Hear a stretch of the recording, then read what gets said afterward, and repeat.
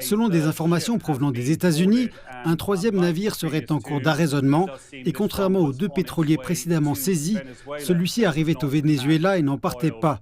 Il ne transportait donc pas de pétrole. Cette nouvelle est tombée moins de 24 heures après l'annonce de la saisie par les États-Unis, samedi à l'aube, d'un autre pétrolier qui avait récemment accosté au Venezuela.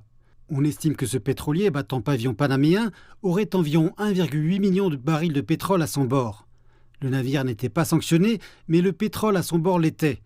Tout a commencé le 10 décembre lorsque les forces américaines ont saisi un premier pétrolier accusé de battre faux pavillon et soumis à des sanctions américaines pour avoir transporté du pétrole iranien.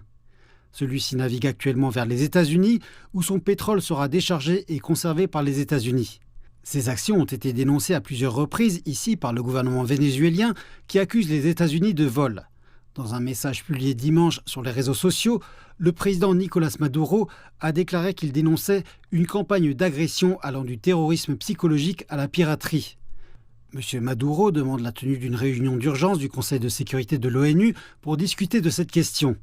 Nous avons également entendu des inquiétudes régionales, le président Lula du Brésil ayant déclaré que ce serait une catastrophe humanitaire si les États-Unis intervenaient directement au Venezuela. Le Venezuela possède les plus grandes réserves de pétrole prouvées au monde. Son économie dépend tellement du pétrole que cela aura de graves répercussions sur l'économie. Les moins touchés par ces derniers développements semblent être les transferts impliquant la compagnie pétrolière américaine Chevron qui continue de fonctionner.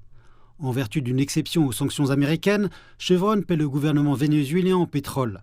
Il semble donc que la saisie des navires commerçant avec le Venezuela soit désormais la politique des États-Unis. Le gouvernement vénézuélien cherche à soumettre d'urgence cette question à l'ONU dans le but d'y mettre fin.